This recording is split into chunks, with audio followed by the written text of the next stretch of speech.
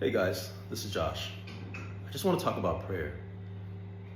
And I want to ask a very provoking question. It is, are we praying to God, Lord, let your will be done? Or are we praying to God, Lord, let my will be done? Now, of course, we don't directly say these things, but we can very well be implying these things when we pray. Why do I say that?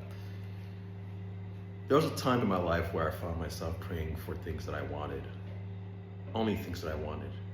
And I was not interested in what God wanted. I was not asking God, Lord, what do you want me to do? Neither was I listening.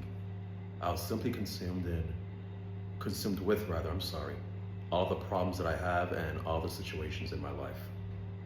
It wasn't until I decided to consider God and what He wanted. It wasn't until then that I began to change my prayers, and then I began to see the prayers answered. What am I saying? I'm saying that when we align ourselves with Christ, our desires become His desires.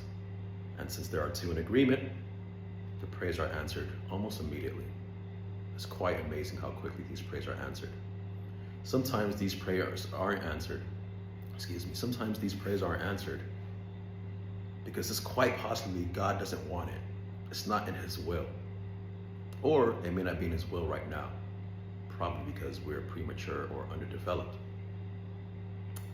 My point is, it's very important, and I learned to focus on the will of God and not the will of man, not the will of Josh or the will that's in my heart, but the will of God. It isn't until we do that when His will truly manifests in our lives. In other words, keeping our eyes fixed on Him so that all things of Him will come down here on earth. His kingdom, basically, will be here on earth.